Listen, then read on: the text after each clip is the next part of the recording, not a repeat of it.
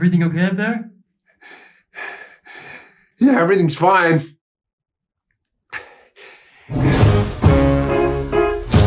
Come on, baby, let's have some fun. The Monkey is the latest Stephen King adaptation that actually does justice to its source material.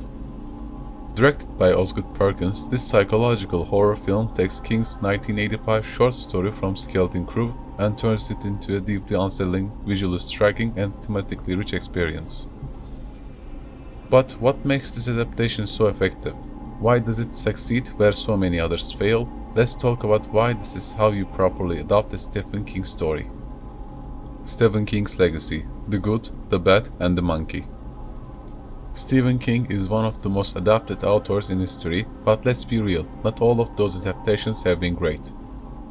While we had genre-defining masterpieces like The Shining, Misery, and It, we've also had forgettable, sometimes downright disastrous attempts like The Mangler and The Dark Tower. The key to a great King adaptation isn't just following the story, it's capturing the atmosphere, the psychological horror, and the deeply human fears that drive his characters. This is where the Monkey excels. Rather than just delivering cheap scares, it understands that true horror isn't just about ghosts and monsters, it's about trauma, guilt, and the weight of the past. Plot overview: a cursed toy and a sinister past. At the heart of the film is a seemingly harmless object, a mechanic toy monkey that claps its cymbals. But every time it does, someone dies. The story follows twin brothers Hal and Bill, who discover the toy as children and soon realize it's linked to a series of unexplained deaths. Years later, the cursed object resurfaces, forcing them to confront both the supernatural terror and the buried trauma of their past. It doesn't remain excessively faithful to the short story, but one of the best things about this adaptation is that it expands on it in a way that makes the narrative even richer. Through flashbacks and character development, Perkins adds layers of psychological complexity that make this more than just a simple cursed object horror story. Why it works: the perfect blend of horror and dark humor. One of the biggest mistakes bad horror films make is taking themselves too seriously, or on the flip side, turning everything into a campy nonsense. The Monkey finds the perfect middle ground. While it's undeniably unsettling, it also has moments of dark humor that add to the tension rather than undercutting it. The Monkey itself is a brilliant horror device, something that should be completely harmless, yet feels profoundly wrong every time it appears on screen. The way it's filmed, the way it moves, and especially the sound design around it make it feel like a living, malevolent force. Themes: trauma, guilt, and fate. What truly makes The Monkey one of the best King adaptations in years is how deeply it explores trauma and guilt. Perkins takes the subtext of the original story and brings it to the forefront, turning the cursed toy into a symbol of unresolved pain, childhood fear, and the inescapable pull of fate. The film asks powerful questions. Can we ever truly escape our past? Can trauma be buried, or does it always find a way back to the surface? These themes place The Monkey firmly in the realm of elevated horror, similar to the films like Hereditary, The Babadook, and It Follows.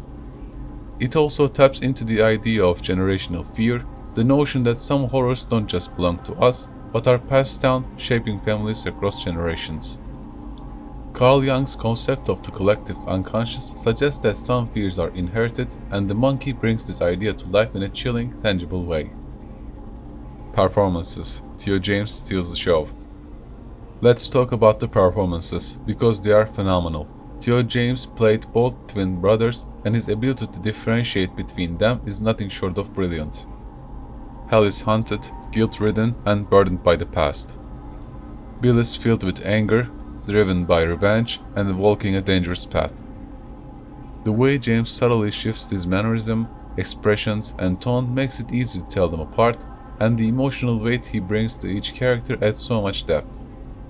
But he is not the only standout. Young Christian Convery, who plays Hal and Bill as children, delivers a performance that's shockingly intense for a child actor.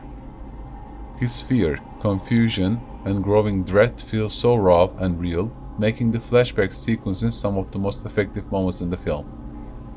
Visuals and sound: a poetic nightmare. One of the most striking things about The Monkey is its cinematography and sound design. Perkins expertly uses shadows, negative space, and eerie lighting to create a sense of unease. The monkey itself is filmed in a way that makes it feel almost alive, even when it's completely still. The sound design is key. The metallic clashing of the monkey's cymbals is used as a horrifying auditory trigger, much like The Shining's tricycle or Jaws' theme. Film theorist Michel Chion once said, "Sound in horror doesn't just accompany visuals, it shapes how we perceive fear." That's exactly what the monkey does. The moment you hear those cymbals, you know something terrible is about to happen. Final verdict: one of the best King adaptations in years. So, is The Monkey worth watching? Absolutely. Beyond the scares, beyond the cinematography, beyond the performances, The Monkey is a film that stays with you. It's not just about the horror of a cursed toy, it's about the horror of memories that won't die, guilt that won't fade, and traumas that refuse to be buried.